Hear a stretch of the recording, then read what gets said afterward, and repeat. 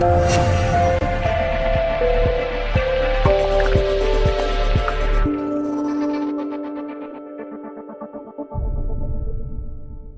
à tous ceux qui nous regardent, à tous ceux qui nous suivent, et vous souhaite encore la bienvenue. Nous allons parler d'une thématique importante. Il est écrit dans le livre de 1 Corinthiens au chapitre 15, le verset 52, en un instant, en un clin d'œil, à la dernière trompette. La trompette sonnera et les morts ressusciteront incorruptibles et nous serons changés. Non, je voudrais intituler cet enseignement « Un jour, la trompette sonnera. » Un jour, la trompette sonnera. Il est écrit dans le 1 Thessaloniciens, le chapitre 4, à partir du verset 16, verset 17. Car le Seigneur lui-même a un signal donné, à la voix d'un archange et au son de la trompette de Dieu, descendra du ciel et les morts en Christ ressusciteront premièrement. Ensuite, nous les vivants qui serons restés, nous serons tous ensemble enlevés avec eux sur des nuées, à la rencontre du Seigneur dans les airs, et ainsi nous serons tous avec le Seigneur. La Bible nous dit que c'est quelque chose qui va se passer. C'est quelque chose qui va se passer, et ce jour-là, c'est le jour tant attendu pour tous ceux qui sont appelés enfants de Dieu. Le jour de l'enlèvement, le jour de la venue dans la gloire de notre Seigneur Jésus-Christ. Et malheureusement, c'est aussi le jour noir, le jour de colère pour ceux qui n'auront pas accepté le Seigneur. Premièrement, qu'est-ce qui va se passer au son de la dernière trompette pour ceux qui sont les enfants de Dieu? La Bible nous dit: les croyants décédés seront ressuscités avec des corps incorruptibles, glorieux et parfaits. 1 Corinthiens 15, les versets 42 à 44. Donc la parole de Dieu nous dit là qu'il y a des gens qui sont morts. Aujourd'hui, vulgairement dans le monde, on dit souvent que les morts ne sont pas morts, mais c'est une réalité que, en réalité, lorsqu'on est mort, c'est une transition vers une autre vie. Mais pendant ce temps, il y a une transition vers une autre vie. Mais il arrive un temps où même dans l'autre vie, il va y avoir ce qu'on appelle le jugement. Et ce jugement-là va arriver le jour où notre Seigneur viendra dans sa gloire pour chercher ses enfants. Et la parole de Dieu nous dit que il y a des gens qui sont morts et qui vont ressusciter ce jour-là. Ils seront ressuscités avec des corps incorruptibles. Ça veut dire que ce n'est pas la chair. Donc ce n'est pas ce corps-ci, parce que ce corps-ci c'est un corps corruptible. C'est un corps qui aime le péché. C'est un corps qui vit dans le péché. Malgré tous les efforts que nous faisons, il est difficile de faire mourir la chair. Et c'est pour ça que la parole de Dieu nous dit: on va ressusciter dans des corps incorruptibles. On va ressusciter dans des corps glorieux, des corps parfaits. Et ce sont des corps célestes. Donc c'est pour ça que Père avait dit que ceux qui seront entrés, ceux qui vont entrer dans le royaume des cieux ne seront plus comme des hommes, mais ils seront comme des anges. Donc on va ressusciter avec des corps comme ceux des anges. Et on dit: leur nature mortelle sera transformée pour hériter la vie éternelle. Ça veut dire que la nature mortelle, c'est-à-dire que la nature de ce corps, parce que la parole de Dieu nous dit que tu es chair et tu retourneras poussière. Ça, il s'agit de la mort. Mais maintenant, le Seigneur va enlever ce qui est de la poussière pour faire maintenant des êtres célestes, glorieux dans leur nature parfaite, telle qu'on était à l'origine, avant que la mort ne vienne entrer dans le monde au travers d'Adam. Ce sont ces corps-là qu'on va retrouver. Et on dit la transformation des vivants. La transformation des vivants. Donc on dit, ceux qui sont encore en vie, ceux qui sont encore en vie et fidèles au Seigneur seront instantanément changés, revêtant des corps glorifiés pour entrer dans la présence de Dieu.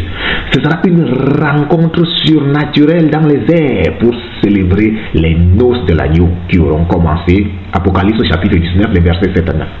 C'est-à-dire, c'est un moment que nous espérons, que nous attendons. C'est un moment de joie, un moment de grand bonheur pour tous les enfants de Dieu. Mais ce jour-là, pour que tu puisses être de ceux qui vont être enlevés ce jour-là, il faut qu'aujourd'hui tu crois. Il faut qu'aujourd'hui tu crois. Et je m'adresse non seulement aux deux catégories de personnes que nous avons actuellement là. Je ne m'adresse pas seulement aux païens, mais je m'adresse aussi à nous autres qui sommes même appelés des croyants. Parce que ce qu'il y a au plus difficile, ce qu'il y aura de plus difficile au moment où le Père viendra et que ce Père viendra prononcer son jugement, ce qui sera plus difficile, ce sera lorsque toi mon frère, toi ma soeur, tu auras passé du temps à l'église, à chanter les louanges, à chanter les adorations, mais que par derrière, tu auras mené une vie qui ne glorifie pas le Seigneur. Et que quand ce jour-là, notre Seigneur, notre Père arrivera dans les nuées et qu'il enlèvera ses enfants. Si tu restes, imagine ce qui va se passer dans ton esprit, dans ton cœur. Imagine ton désarroi en ce jour-là. Si au moment où notre Seigneur vient pour chercher ses enfants, il ne te prend pas. C'est même d'abord pour toi que je parle. Imagine, le Père nous a dit dans le livre de Matthieu,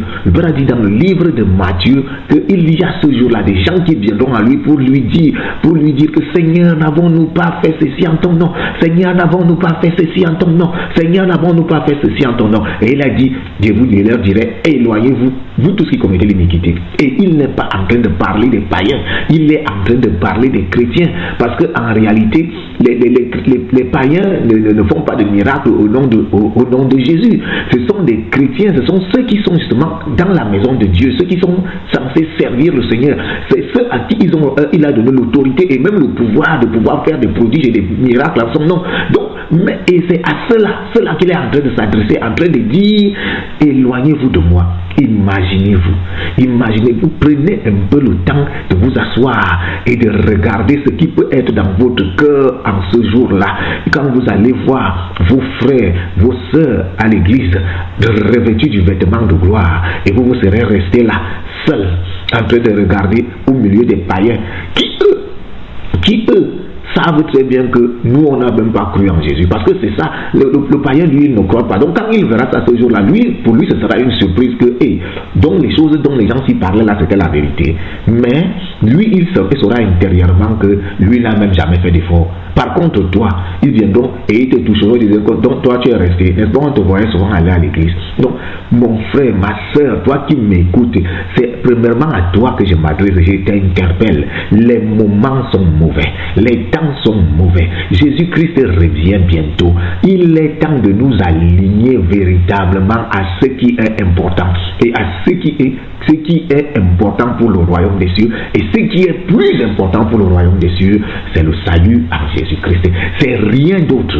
Parce qu'aujourd'hui, nous vivons un évangile tronqué, un évangile qui amène et qui conduit à la perdition. Un évangile qui, en réalité, nous donne de sortir de ce qui est d'essentiel pour nous focaliser sur des petites choses terrestres, des choses qui sont futiles, des choses qui sont futiles dans la maison de Dieu, des choses qui sont futiles devant le Seigneur, parce que ce sont des choses passagères. Mais c'est pour ces choses-là que nous sommes prêts à faire tous les efforts au détriment de ce qui est plus important, c'est-à-dire le salut en Jésus-Christ. Mon frère, ma soeur, je t'interpelle encore en ce jour, toi qui entends ma voix, toi qui dis que tu es chrétien et qui es convaincu que tu vas à l'église et que parce que tu vas dans une église, Dieu va te prendre. Pose-toi la question de savoir, est-ce que lorsque ton Père te trouvera, lorsque ton Père viendra, te trouvera-t-il en train de bien travailler tel qu'il a dit dans le livre de Matthieu? Le livre de Matthieu, il a dit, lorsque le maître de la maison viendra, comment est-ce qu'il va venir trouver l'ouvrier? Comment il va venir trouver le serviteur? Le trouvera-t-il en train de battre les autres serviteurs, ou alors le trouvera-t-il en train de faire le bon service? Lorsque le Seigneur Jésus-Christ viendra, dans quel état te trouvera-t-il? Te trouveras-tu fidèle? Est-ce qu'il va te trouver fidèle dans sa parole, fidèle dans tout ce que tu fais, dans sa volonté, ou alors te trouvera-t-il que tu auras déjà pris aussi le chemin de ceux qui n'ont pas cru, le chemin de ceux qui ne veulent même pas croire, le chemin de ceux qui se disent la vie c'est tout ici en bas et après il n'y a plus rien, le chemin de ceux qui disent que Jésus-Christ est là. Nous on a entendu parler de ça depuis des enfants, depuis des temps et on n'a pas vu de changement. Le chemin de ceux qui disent, la parole de Dieu nous dit dans le livre de Malachie qu'un jour Dieu était assis et il a entendu les choses que nous disons, parce que beaucoup d'entre nous, à cause des situations de la vie, on commence à incriminer le Seigneur. On lui dit que, oh Seigneur, regarde comment nous on te sert, regarde comment on te loue, regarde comment on travaille pour toi, mais tu nous laisses dans la misère, tu nous laisses dans les maladies, tu nous laisses dans des situations difficiles. Et la parole de Dieu dit, un livre a été ouvert, et dans ce livre, on a noté les paroles des gens. Et la parole de Dieu vient contenir en disant que, et ce jour-là, vous verrez quelle est la différence qu'il y a entre celui qui sert Dieu et celui qui ne le sert pas. Nous avons toujours tendance à dire, à penser que, ouais, Dieu, nous on te sert, on fait tous les efforts, mais quand on regarde même là, ce sont les païens justement qui eux ils sont même mieux. Ça c'est bien écrit dans le livre de Malachie. Le Seigneur a dit que j'ai bien entendu vos paroles. Donc vous dites que les païens sont mieux. Oui, mais le Seigneur dit, au jour où sonnera la trompette, au jour où sonnera la trompette, ce jour-là on saura quelle est la différence entre celui qui sert Dieu et celui qui ne sert pas, qui ne le sert pas. Et on saura aussi quelle est la différence entre celui qui est vraiment un serviteur de Dieu et celui qui fait semblant d'être un serviteur de Dieu. Parce que le Seigneur est celui qui sonde les cœurs et les reins. Et il dit, je viens et mon jugement est avec moi. Je vais juger vos actes. Vous voyez qu'il y a quelque chose de terrible qui est écrit dans le livre d'Apocalypse. Dans le livre d'Apocalypse, le Seigneur nous dit que celui qui commet l'iniquité, il commet encore l'iniquité. Que celui qui est impur se souille encore. Mais que celui qui est saint se sanctifie encore plus parce qu'il vient avec le jugement. Comment est-ce que Dieu peut dire que celui qui est unique, qui continue à être unique? C'est pour dire que moi je viens et je viens me te juger avec tes propres œuvres, ta façon d'être. Parce que moi je t'ai déjà dit comment je veux que tu sois. Je t'ai déjà montré le bon chemin. Mais comme je t'ai donné la liberté de choisir, maintenant c'est à toi de choisir ce que tu vas faire. C'est à toi de choisir ta façon d'être. Si tu veux, tu sois hypocrite. Si tu veux, sois même un menteur, un voleur. Un jour viendra où au son de la trompette. Parce que lorsque cette trompette-là sonnera, lorsque cette trompette-là sonnera, ce jour-là, ce sera un jour terrible, le jour du jugement. Pierre nous a dit un jour qu'il y a des gens qui précipitent le jour du Seigneur comme si c'était un jour favorable. Oui, en fait, c'est un bon jour, mais en même temps, ce n'est pas aussi un jour favorable. Pourquoi? Parce que ce jour-là, nous verrons exactement comment va s'accomplir la justice de Dieu. Ce que Dieu fera à tous ceux qui n'auront pas cru. Mon frère, ma soeur, je t'interpelle. On dit que notre Seigneur Jésus-Christ arrivera avec l'armée céleste et il arrivera dans sa gloire. Et en un clin d'œil, en un instant, en une fraction de seconde, la vie des uns et des autres va s'arrêter. En une fraction de seconde, la vie sera changée, la vie sera transformée. Les gens seront dans le désarroi, les gens seront dans l'épouvante, les gens ne sauront plus comment se comporter parce que en réalité, en une fraction de seconde, quelque chose de terrible sera arrivé. Les gens vont se rendre compte que l'évangile que nous portons, la parole que nous annonçons depuis des années, là voilà maintenant qui s'accomplit. Parce que beaucoup de personnes se disent, ah, depuis que Jésus est parti là, depuis 2000 ans, c'est même devenu un sujet de moquerie, que votre Dieu là qui tarde là, qui ne viendra plus, alors qu'en réalité le Seigneur patient, parce que le Seigneur lui il a bien dit qu'il n'arrivera pas tant que tous ses élus ne seront pas sauvés, tant que tous les élus de Dieu ne sont pas entrés dans la maison, le Seigneur ne reviendra pas. Et c'est pour ça qu'en réalité le Seigneur prend patience, afin que nous autres qui sommes même dans la maison de Dieu mais qui sommes encore des hypocrites, on vient encore là juste parce qu'on sait que bon, dans la maison de Dieu, notre Dieu est un Dieu bon, c'est un Dieu qui fait des bontés, c'est un Dieu qui fait des miracles, c'est un Dieu qui est merveilleux et il fait des bonnes choses. Et parce que c'est pour ça qu'on vient. Et on est là dans l'hypocrisie, sachant très bien que bon, on se dit avec les hommes, personne ne peut détecter ce qu'il y a dans ton cœur, personne ne connaît vraiment ce qui est tout au fond de ton cœur. Cependant, Dieu lui voit ce qu'il y a au fond de ton cœur. Mon frère, je t'interpelle, entre dans la vraie foi, entre dans la véritable croyance, sors des choses qui te détournent de la foi véritable, des distractions de ce monde, Il y a beaucoup de distractions, l'ennemi s'est levé et a apporté des choses qui vont distraire les enfants de Dieu. Nous passons notre temps à courir après des choses qui sont futiles, des choses qui ne sont même pas importantes. Et je dis qu'aujourd'hui, là, dans l'évangile de notre Seigneur, Seigneur, on a enlevé ce qui était le plus important. Ce n'est plus ça qu'on brandit, ce n'est plus le salut qu'on brandit. On brandit les maisons, on brandit les enfants, on brandit le mariage. C'est même devenu, le mariage aujourd'hui est même devenu une idolâtrie dans la maison de Dieu. C'est-à-dire que quand tu vois ce que les gens font pour pouvoir se marier et comment les mariages sont, tu te rends compte que c'est même devenu l'une des plus grandes formes d'idolâtrie aujourd'hui. La même manière que quand on regarde même ça dans les chaînes de télévision où on fait l'apologie des mariages, on célèbre des grands mariages, c'est ce qui fait qu'aujourd'hui, les enfants de Dieu, le mariage n'est plus seulement le fait de se mettre ensemble, le fait de partager une vie commune, mais c'est devenu un sujet où les gens viennent pour se mettre en avant, pour dire, est-ce que tu sais que c'est moi qui ai épousé tel, est-ce que tu sais que c'est moi qui ai épousé tel, et à cause de cela, c'est devenu même une forme d'idolâtrie dans la maison de Dieu. Et ce sont ces choses-là qui nous égarent, ce sont les choses-là qui nous distraient. On dit qu'on est là dans la maison du Seigneur, on ne pense même pas qu'on va repartir, on est seulement en train de penser à toutes les choses dont on a besoin ici en bas. Oh Seigneur, tu sais que moi je veux. Oh Seigneur, tu sais que moi je veux. Oh Seigneur, tu sais que moi je veux. Le Seigneur te dit que s'il y a quelque chose qui est dans ton cœur, qui est au-dessus de lui, au-dessus de l'amour que tu portes pour lui, à cause de cette chose-là, il ne te prendra pas. Et n'oublie pas, Dieu est celui qui sonde les cœurs et les reins. Notre Seigneur sonde les cœurs et les reins. On dit que ce jour-là fera quoi? Il marquera la séparation, et une séparation pas temporaire, mais la séparation éternelle entre ceux qui appartiennent à Jésus-Christ et ceux qui ont rejeté le seul et unique Sauveur, ceux qui ont rejeté le salut. Jésus-Christ dit, je ne suis pas venu pour condamner, mais les gens se condamnent déjà eux-mêmes, tous ceux qui ont refusé d'accepter la parole de l'évangile. Ce n'est pas Jésus-Christ qui te condamne, parce que la parole nous dit que ce n'est que par le nom de Jésus-Christ qu'on peut être sauvé. Je te parle aussi à toi là, il y a d'autres personnes qui sont là, qui sont là dehors, qui prêchent des évangiles, mais qui ne prêchent pas l'évangile au nom de Jésus-Christ. Ils disent que, d'autres disent qu'ils vont être sauvés que par un prophète qui est vivant.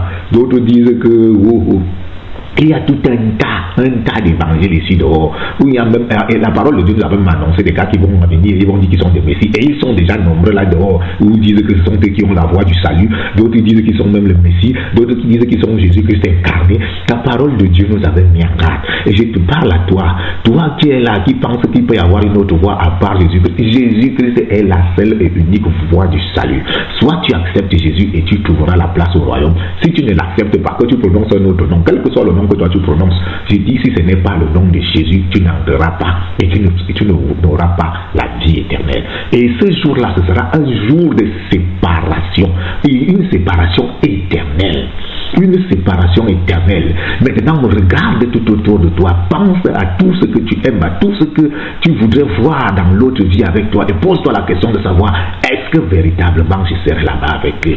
Parce que si ce que tu te dis et que tu commences à douter à un certain moment, et reviens sur les anciens sentiers. La parole de Dieu nous dit, il faut revenir sur les anciens sentiers. Jérémie 6, verset 16. Revenir sur les anciens sentiers, considérer pour savoir quel était le bon chemin. Et le Seigneur nous dit, si tu trouves ce bon chemin, marche sur ce bon chemin-là. Mais la parole de Dieu nous dit aussi que les gens refusent de revenir sur les anciens sentiers pour marcher sur le bon chemin. Pourquoi? Parce que leurs œuvres sont mauvaises. La parole de Dieu nous dit que si le monde a rejeté Jésus-Christ, c'est parce que leurs œuvres sont mauvaises. C'est parce qu'ils ne veulent pas que leurs œuvres soient exposées. C'est pour ça que vous allez vous rendre compte que les gens préfèrent les églises où les gens encouragent la fornication, ils encouragent les mauvaises choses, et où il n'y a pas de transformation intérieure, où il n'y a pas de transformation du chrétien. C'est dans ce genre d'église que les gens aiment aller, parce qu'ils sont mélangés, ils sont dans la foule, ils sont là nombreux, il n'y a pas de transformation de cœur. Il y a la transformation matérielle, mais il n'y a pas la transformation intérieure, la transformation spirituelle, la transformation qui te donne la vie.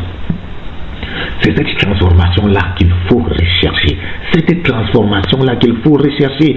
Et nous allons nous rendre compte que c'est un phénomène qui est plus africain qu'européen. Parce que la vie en Europe ne permet pas aux gens d'être totalement voleurs, totalement menteurs, totalement hypocrites. Parce que la société a mis des choses en place qui empêchent beaucoup de personnes d'entrer dans des voies négatives. Mais en Afrique, l'Afrique est concernée concernés par le mensonge, la sorcellerie, le vol, toutes les choses négatives. Tu nous vois, nous sommes là remplis à l'église, là on chante, là on est remplis de voleurs, d'arnaqueurs, de braqueurs, on est là à l'intérieur. C'est vrai que Jésus-Christ dit qu'il est venu chercher toutes ces personnes, mais pour que tu puisses entrer, c'est pas parce que tu viens, tu déclares que non, j'étais un voleur et qu'il faut qu'il y ait une transformation, il faut qu'il y ait un changement d'état, il faut qu'il y ait un changement de vie. Si tu continues à vivre la même vie, même si tu chantes pendant 10 ans là à l'église, le Seigneur ne te prendra pas quand il viendra. Parce que ce que le Seigneur veut, c'est ton cœur, c'est ton cœur.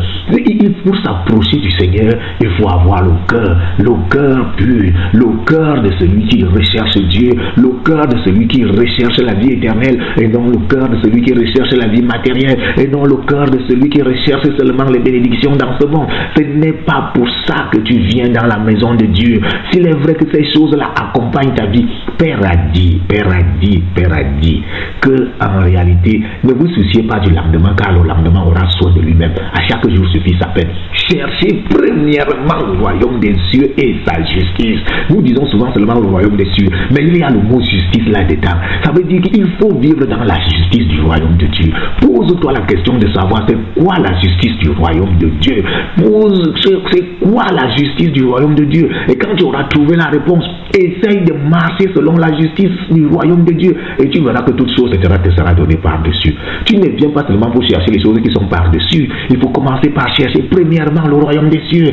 Est-ce que le royaume des cieux est ce que tu recherches chaque jour au quotidien? Est-ce que le royaume des cieux est ce que tu recherches vraiment? Ou alors cherches-tu seulement le moyen de mieux vivre ici en bas? On dit que ce jour-là, ce sera un drame. Et je vous le dis, imaginez, ce sera un drame. Il y a même des films qui présentent ce jour-là. Et se présentent ce jour. Et on a vu, et on voit le jour de l'enlèvement, où il y a une femme qui porte un enfant entre ses mains, et l'enfant s'en va, et la femme même reste. Donc tu te rends compte que tu as passé ton temps à marcher chez les guérisseurs, les marabouts, à pratiquer même des choses. Tu as eu l'enfant que tu voulais avoir pour conserver ton mariage. Mais le jour-là, Jésus-Christ vient, il prend l'enfant et part avec, et toi-même tu restes. Il ne te prend pas. Il ne te prend pas. Donc la parole de Dieu nous interpelle à ne pas gâcher notre vie pour des choses éphémères. Pour des choses éphémères. Si tu veux quelque chose dans la maison de Dieu, il faut attendre, il faut prendre du temps. Ne va pas entrer dans la forme d'idolâtrie, n'idolâtre rien ici en bas. Parce que à cause de cela, Dieu peut te rejeter. Dieu peut te rejeter. Donc imagine que tu as passé tout ton temps à courir à l'église, à prier pour avoir un enfant, et qu'au final, quand tu vas avoir cet enfant-là devient une idole dans ta vie, et qu'au moment où Jésus-Christ lui vient, il prend l'enfant et te laisse. Pourquoi tu auras sacrifié ta vie pour quelque chose qui ne te donne même pas le salut? Et ça, ce n'est qu'un exemple. Et d'autres le font pour le mariage, d'autres le font pour avoir l'argent. Il y a même des personnes qui deviennent des serviteurs de Dieu parce qu'ils se disent que c'est un moyen pour eux d'avoir de l'argent. C'est un moyen pour eux d'avoir une vie aisée. C'est un moyen pour eux d'être mis en avant. Le Seigneur Jésus-Christ connaît les motivations de chacun d'entre nous. Il connaît les raisons pour lesquelles on est venu vers lui. Et le moment vient. Un jour, la trompette sonnera. Et lorsque la trompette va sonner, les actes des saints et des autres seront mis à nu. On saura ce jour-là qui était serviteur de Dieu et qui ne l'est pas. Qui était serviteur de Dieu et qui n'était pas. La parole de Dieu nous dit que ces jours-là, les gens seront livrés à la colère de Dieu. Il y aura un désespoir sans précédent. Parce que ceux qui entendent l'évangile aujourd'hui, mais qui ont refusé de croire, seront ce jour-là plongés dans un état de confusion et de regret terrible. Mon frère, ma soeur, je t'interpelle. Fais que ne sois pas parmi ces personnes qui seront dans un état de confusion et de regret. Il y aura encore plus de regrets pour ceux qui auront accepté Jésus, mais qui l'auront accepté des lèvres et non du cœur. Pour ceux-là qui vont même encore regretter beaucoup plus, parce qu'il n'y a qu'une seule opportunité, il n'y en a pas Dieu. L'opportunité est présentée devant toi maintenant. C'est maintenant que tu peux recevoir Jésus. C'est maintenant que tu peux changer ta vie. Ce n'est pas après la mort. Il n'y a rien ne se passe après la mort. Quand tu es mort, tu es mort. Personne ne peut prier pour toi pour qu'on puisse te prendre au paradis. C'est maintenant que ça se passe. change ta façon d'être, change ton cœur, change ta façon de vivre. Et là, tu auras l'opportunité d'entrer dans ce qu'on appelle la vie éternelle. Le problème avec les êtres humains, c'est que même quand on imagine la vie éternelle, comment on ne sait même pas ce qu'il y a là-bas. C'est pour ça que malgré tout, on se dit, bon oui, il y a la vie éternelle, on veut bien y aller, mais pour l'instant, on veut d'abord trouver des bonnes choses ici en bas, on veut d'abord vivre là maintenant, là, et aller vivre aussi dans la vie éternelle. Oui, ce n'est pas que le Seigneur ne le donne pas, le Seigneur donne. Mais la vie éternelle, c'est ce qu'il y a de meilleur. C'est ce qu'il y a de meilleur.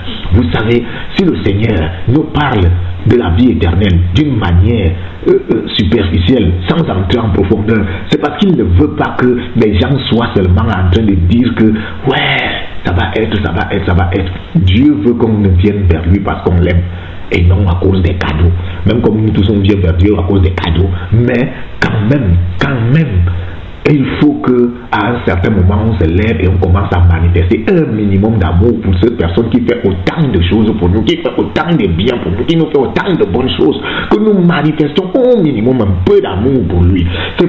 Et la parole de Dieu nous dit que la crainte de l'Éternel est le commencement de la sagesse, mais la vraie sagesse c'est d'aimer Dieu. Donc la crainte là, c'est que le commencement. Mais la sagesse en elle-même là, c'est d'avoir de l'amour pour Jésus-Christ.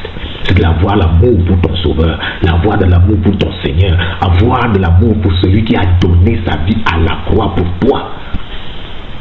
Mon frère, ma soeur, je te parle à toi. Toi qui viens à l'église et qui écoute cette prédication. Toi qui viens à l'église et qui est hypocrite. Qui n'a pas un cœur sincère. Tu envoies ton cœur. Change ta façon d'être. Laisse que le Saint-Esprit entre en toi et qu'il change ton cœur. Ne crois pas que tu es seul dans cette situation. Beaucoup d'entre nous, nous-mêmes, on est passé par ce genre de situation. Nous-mêmes, on est passé par là où on avait d'abord une vision limitée, étriquée de qui est Jésus-Christ. Mais à un certain moment, le Saint-Esprit nous a ouvert les yeux et on a compris ce qu'il y avait de plus important. Et c'est cette chose la plus importante là que je te présente en ce jour. C'est l'évangile du Seigneur, l'évangile du salut, l'évangile qui donne la vie. L'évangile qui donne la vie éternelle. Et c'est ça qu'il y a de plus important dans la maison de Dieu, la vie éternelle. Imagine ce jour-là quand tu iras à la rencontre de celui qui est assis sur le trône blanc, le Dieu de gloire, le Seigneur, l'Éternel des armées. Et imagine que tu arrives devant lui et il te dit, mon fils, je ne te connais pas. Oh, quelque chose de terrible. Qu'est-ce qui va se passer dans ton cœur à ce moment-là? Imagine qu'après tout ce que tu auras fait, qu'il te rejette. Je te parle aussi à toi. Toi qui es même tombé sur cette vidéo par hasard, qui ne connaît même pas le Seigneur, ou qui te dit que les gens qui sont là-bas, qui ne veulent pas travailler, qui perdent le temps. Parce que c'est comme ça qu'on parle maintenant des chrétiens, les paresseux, les gens qui ne veulent pas travailler, les gens qui perdent le temps, qui ne veulent rien faire, qui passent leur temps à parler des choses qu'ils ne comprennent pas. Ils sont en train d'influencer les gens pour les amener à faire des choses qu'ils ne doivent pas faire au lieu de qu'on les laisse se concentrer sur le travail, parce que c'est le travail qui donne. Le travail ne donne pas la vie. La personne qui donne la vie, c'est Jésus-Christ. Parce que le travail là, tu peux même l'avoir aujourd'hui et demain tu meurs. Quand tu pars, tu ne vas pas partir avec le travail. Mais quand tu vas partir de l'autre côté là-bas, tu vas trouver Jésus. Et quand tu vas trouver Jésus-Christ là-bas, là, tu vas lui dire ce qui avait de plus important, soit lui, soit le travail. Soit lui, soit le travail. Et je te parle à toi, si tu es même tombé sur cette vidéo par hasard, je te dis, à partir de cet instant, reconsidère tes voies. Reconsidère ta façon de penser. De dire que on a souvent tendance à dire qu'il n'y a pas plus insensé que celui qui ne veut pas changer d'avis. Lorsque la vérité, elle est là, elle est présentée, et Jésus-Christ, il est là. Je te dis que même si tu n'as pas encore eu à expérimenter le Seigneur, donne-toi seulement même un peu une occasion, donne-toi seulement un peu une chance, approche-toi un peu véritablement de l'évangile, ouvre un peu ton cœur, et tu vas voir que le Seigneur va se manifester. Parce qu'il y a beaucoup de personnes qui ne croient pas, parce qu'ils se disent que ce sont des choses que j'ai même essayé, mais je n'ai vraiment rien ressenti. Je n'ai vu que des bons discours et des gens. Non, en en réalité, si tu t'approches vraiment du Seigneur avec un cœur sincère, parce que la parole de Dieu nous dit quoi? Que le Seigneur a voulu qu'on le cherche à tâtons, mais il se laisse trouver pour ceux qui le cherchent véritablement. Si tu cherches véritablement le Seigneur, si tu t'approches de lui, non avec un esprit d'incrédule, mais avec une foi que bon, ok, je vais expérimenter ce que ces gens dont ces gens me parlent, tu vas te rendre compte que le Seigneur viendra à toi et viendra à ta rencontre. Le Seigneur est venu à la rencontre de Paul. Paul ne le cherchait même pas.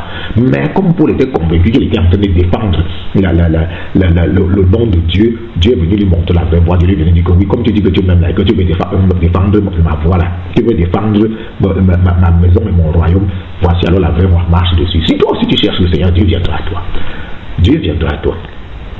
Donc, mon frère, ma soeur, je te le rappelle encore, le thème de l'enseignement de ce jour.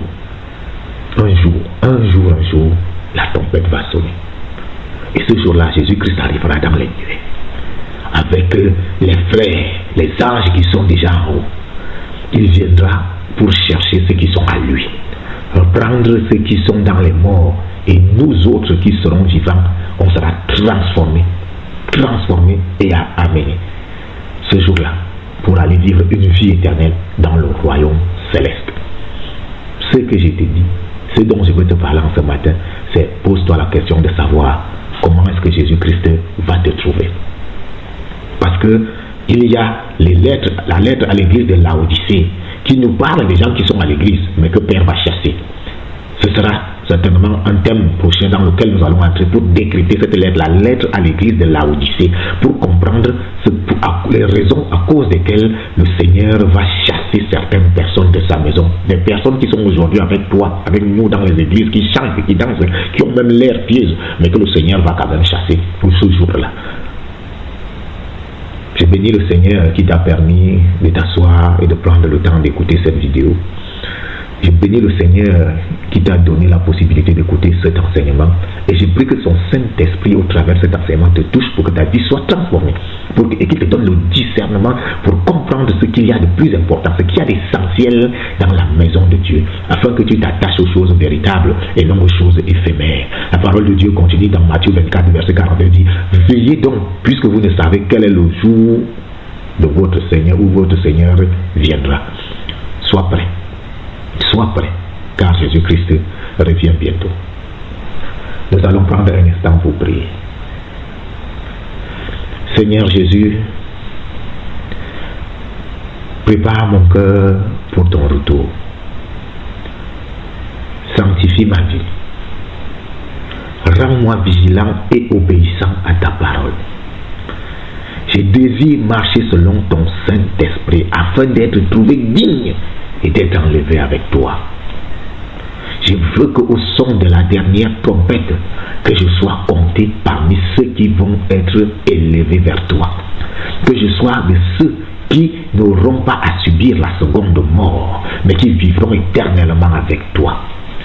Seigneur, je prie à cet instant que ton Saint-Esprit vienne pleinement sur moi pour changer ma vie, pour changer ma manière d'être et pour me donner de pouvoir être conforme à ta volonté, de pouvoir être conforme à ce que tu as préparé d'avance pour moi, pour que je puisse avoir part à l'enlèvement, pour que je puisse avoir part au royaume des cieux, pour que je puisse avoir part à la vie éternelle. Merci Seigneur Jésus. Parce que c'est que tu es un Dieu bon. Et tu as dit que tu ne chasseras jamais celui qui vient à toi. Merci Seigneur parce que tu me reçois à cet instant. Que toute la gloire te revienne Jésus. En ton nom, mon Dieu, mon Père, j'ai prié. Amen. Si tu as fait cette prière avec moi de manière sincère, l'Esprit du Seigneur est venu sur toi et est en train de travailler maintenant là pour te conduire, pour te mener dans le processus qui te permettra de pouvoir entrer dans le royaume éternel. Que le nom de Jésus-Christ soit béni et soit béni toi qui m'as écouté. Amen.